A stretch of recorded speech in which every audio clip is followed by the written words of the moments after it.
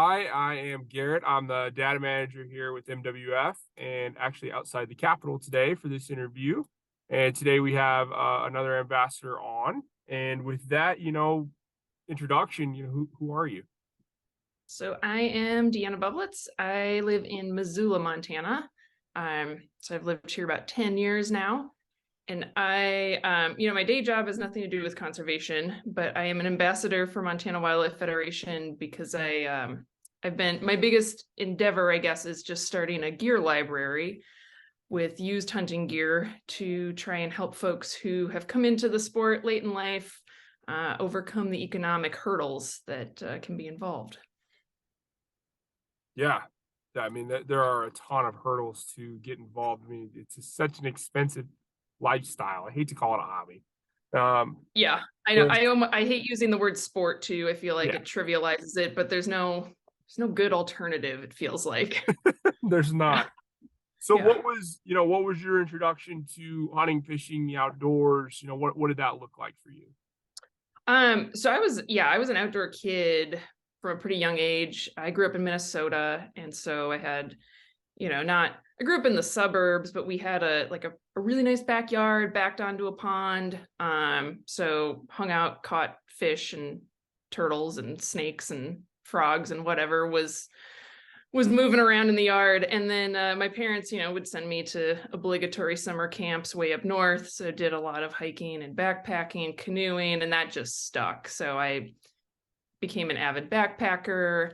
And then eventually, got the Western bug and moved out to Montana for work, but then have made it a priority to stay. And yeah, and then that's what got me into hunting. And it was just I lived in an area now where there was easier access to large swaths of land. Hunting. I didn't grow up in a hunting family, and hunting in Minnesota is a lot of tree stand or edges of farms.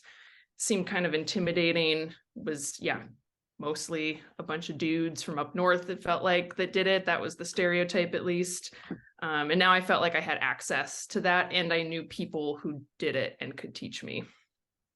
Yeah, no, I think that's great. Growing up in Minnesota, did you ever spend any time up there at the Boundary Waters? I did a little bit. I mostly did the Superior hiking trail because I was more of a backpacker than a canoeer.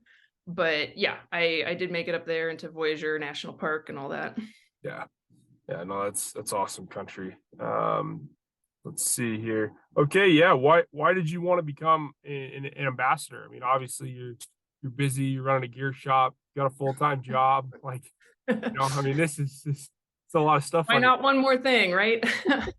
I was just impressed with MWF. So yeah, as I was kind of I came into all of this very sideways. Like during COVID, I started thinking about my hunting career, I guess, and how I would not be a hunter if I had not had friends who had the gear to loan me and the time to take me out.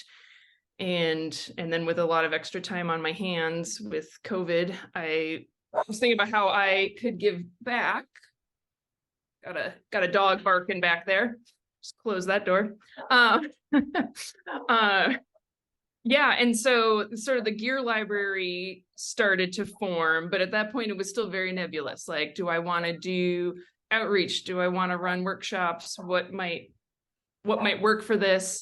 And I think I really came to MWF through my friend SJ, who was the founder of Queers and Camo. And I had reached out to them via email because I read an article of theirs in High Country News and found out that they lived in Bozeman. I was like, hell yeah, that sounds awesome. I like this person. Maybe we can collaborate. And they had sat on the Voices in Conservation panel, I believe, in a previous session with MWF, and then they gave them my name. And so MWF reached out to see if I wanted to sit on that panel. And it was just a cool experience to be with, a more diverse crew of folks, even if it was just on the internet, talking about hunting and fishing and conservation. And so then when the ambassadorship call came out, it's like, yeah, I really liked that experience, and I would love to represent MWF. Yeah, no, I think that's a wonderful answer. And honestly, I just think it's so cool that you're that involved. I mean, you've got a lot of stuff going on. So, Trying to you know, keep all the balls in the air. so why hunting and fishing? I realize that's a giant question, but like, why not basket knitting or whatever other people do? Yeah, I think because it felt like it was such a tremendous effort to get into the activity. And once I got there and felt successful in it, it was really empowering. And I wanted other people to be able to experience that. And it can be really hard if you didn't grow up in a hunting community. And I can't do everything, but it felt like, yeah, a gear library is something that just doesn't exist. And so that seemed like a good place to start. Yeah, I mean, there's just so many hurdles to it. I mean, there's so much gear, and obviously, it's amazing how much something that looks like a tree that your shirt is, it seems to be 50% more than just a regular shirt. Right. So, And then ultimately you can be totally successful, at least in rifle season, in like jeans and a sweatshirt, sure can. but you want to be warm and you want to be comfortable. Yep. And, I think some of that gear has a benefit in that sense. Oh, absolutely, absolutely. So, you've touched on, we touched on earlier before we started recording this is, you're involved in, the legislative side of things that has nothing to do with conservation. So why conservation? I realize once again that's another giant question, but Yeah, it's always been important to me. So, I mean, when I first went to college, so I'm in the sciences, but more the like medical sciences professionally. But I started my career in college as a wildlife major. So it's been an important aspect. And I think conservation can be one of those unifying topics at times, just because so many people enjoy the outdoors one way or the other. And so it can bring folks together. Obviously, we have some disagreements on the nitty-gritties of that. But I think as far as some of the more contentious issues out there, it can be a unifying factor. I've found really great community within it. And I don't know, we have such great landscape here. Montana's, well before my time, experienced quite a bit of extraction and bad times. And so it seems like we are in a really good place right now, and it's worth it to fight and try and keep it that way, and provide that access to future generations. So yeah, getting involved legislatively, that was entirely, getting involved with MWF and feeling like that wasn't is still scary, but I guess a little more bite size, seemed a little less intimidating than like, oh my gosh, like, what is this bill language? I don't understand what's going on. I know I need to say something, but I don't get it. yeah, that's kind of where I'm at now. I'm like, gosh, there's a lot of committees, and holy cow, I didn't know that they had so many offices. Yeah. Yep. Okay, so what advice? I mean, obviously you talked about adult onset hunters and trying to provide a gear library. What advice would you give somebody who wants to get into hunting, fishing, the outdoors in general? I mean, if you've looked within your immediate network and they're just, you don't really know anyone that does the activity that you want to do, your next best step is either there are so many, organized groups that lead how-tos. But beyond that, to just volunteer with those groups too. I feel like even if it's not related to the exact activity you want to do, most people doing some kind of conservation related volunteerism are going to have a connection, whether it's first or second degree, but go volunteer for a trail cleanup. And you're probably going to meet somebody who also fishes and also hunts or mountain bikes or whatever the activity is that you want to get into. And I think it's a great way to build community and friends. I don't know. I've taken mountain bike workshops and I come away with like 3 phone numbers of new girlfriends in the area so that I can learn to be a better mountain biker. So I think that's the best way to make friends. I mean, it's hard to make friends as an adult. So It is.